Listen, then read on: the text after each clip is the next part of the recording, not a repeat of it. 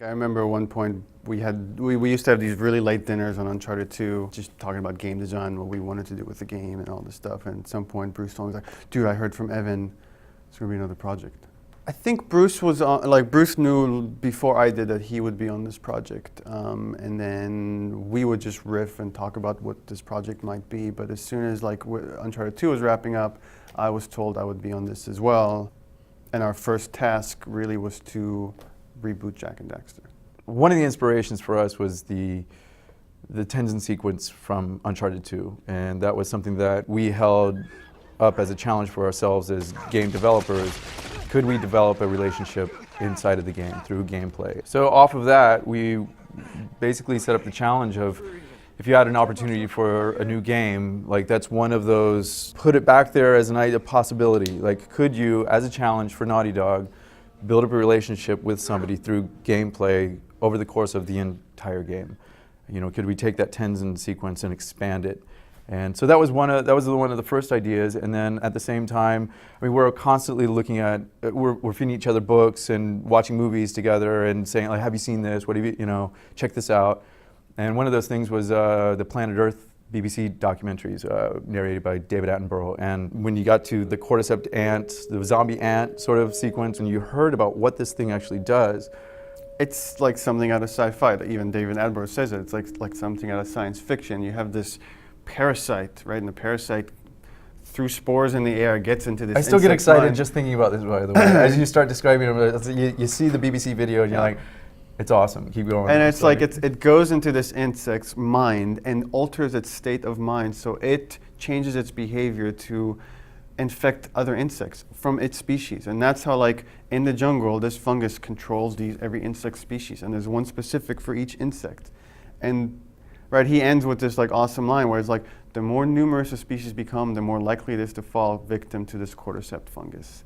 And for us, it's light bulb went up. It's the jumping off point. We're getting pretty numerous on this planet, and we're kind of screwing shit up. And what if this thing jumped? What if this thing jumped to humans? And what would it do to it? How would it alter our state to try to propagate itself? It became really interesting. And then we have this opportunity to step into this new IP that Naughty Dog's challenging themselves to do. And so we're starting to just formulate all these different ideas. We don't have we're talking a lot of gameplay ideas, first person, third person, co-op only, stylized, realistic. We're going through the gamut of different possibilities. And even how much story?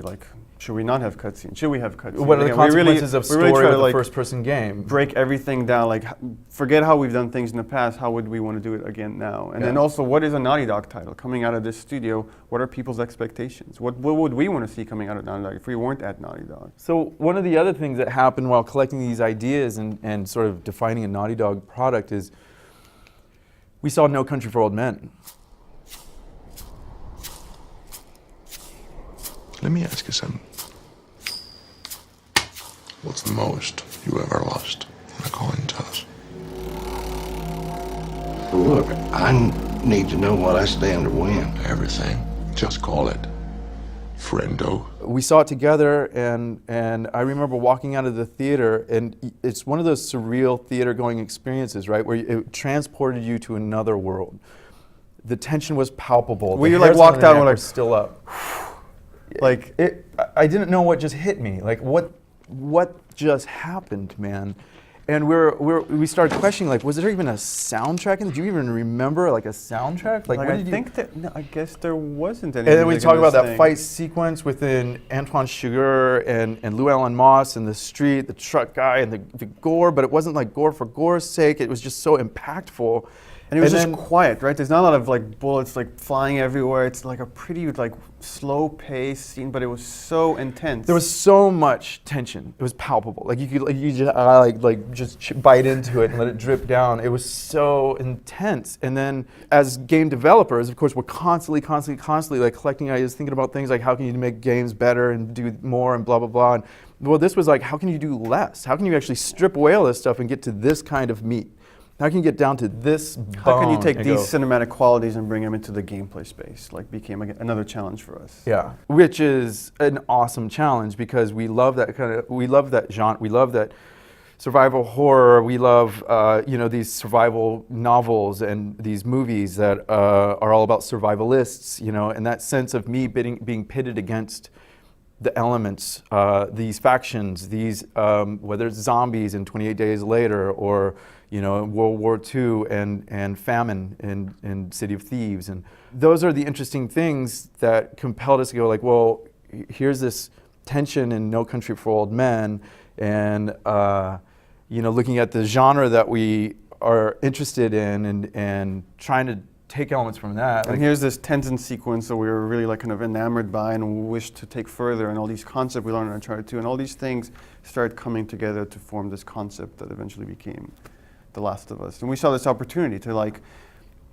really kind of take this genre further and really make it character driven. Because the thing we like about this genre is like when you look at all like whether it's The Walking Dead or 28 Days Later or City of Thieves or even No Country for Old Men, you care and you're invested in it because you buy into one of these characters or like a whole cast of characters in their relationship. If you didn't, then it would just be very forgettable. Do I want to play the game that I'm making? If I do, then I have the passion to show up every day and keep pushing the boundaries and keep pushing myself and hopefully inspiring the people around us, to go like, yeah, this is, I get it, and we want to play this game. This game, we don't see it existing out there. We have this opportunity to go, this is something I can get invested in the characters, I can understand the world, it could be an interesting, fantastical world, it can be beautiful and lush like Naughty Dog does, because we can do post-apocalyptic like you haven't seen before.